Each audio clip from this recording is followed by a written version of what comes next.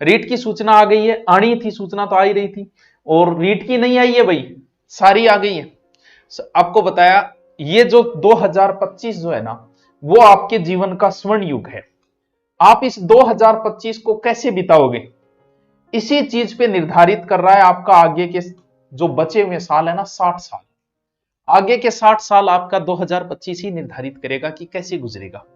जो 2025 में अपनी तैयारी के लग गया, अच्छी तरीके से मेहनत करके सारा कुछ छोड़ छाड़ के साधु बन गया, सिर्फ किताबों से ही मोहब्बत, किताबें ही चारों ओर, सिर्फ किताबें ही किताबें, उसके तो आगे की सारी उम्र सुधर जाएगी।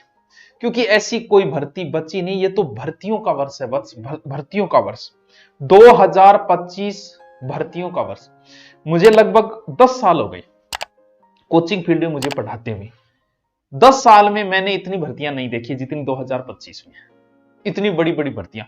वरना बड़ी भर्ती के नाम पे सिर्फ राजस्थान पुलिस की भर्ती आती थी 7,000, 8,000, 10,000।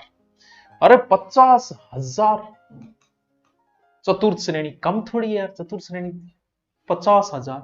एलएसए की भी भर्ती आ गई, जिसने एलएसए की डिग्री, ड्राइवर की भी भर्ती आ गई, घोषणा होगी ड्राइवर की भी, रीट की भी आ गई। अरे बच्ची कौन सी है, 850 जेल प्रेरी, 850 कम थोड़ी है, कोई भर्ती नहीं बची, सिर्फ एसआई को छोड़ के आरएस आई हुई है।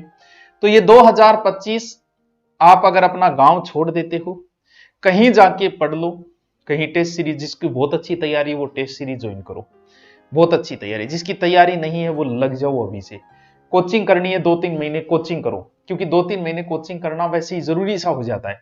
आपको पता चल जाए कि आप कैसे हो। 8-10 घंटे बैठने की सीटिंग पावर, जैसे हमारे पास जो बच्चे आते हैं, हमारी 8 बजे से रीट की क्लास 4 बजे तक लगती है, इतनी देर वो बच्चा बैठ जाता है, 3 महीने उसकी सीटिंग पावर बन गई। तो कोचिंग से सीटिंग पावर बन जाता है। जिसने पहले कर रखी है वो ऑनलाइन पढ़ लो, जिसको आ रहा है ठीक है, मेरे को ये सब्जेक्ट नहीं आ रहा है, मैं ये सब्जेक्ट पढ़ लेता हूं बस। लेकिन 2025 को मत गंवा देना, अंट संट कामों में मत लगा देना, अपने जीवन का बस 1 साल दे दो, आपके आगे के 60 साल सुधर जाएंगे।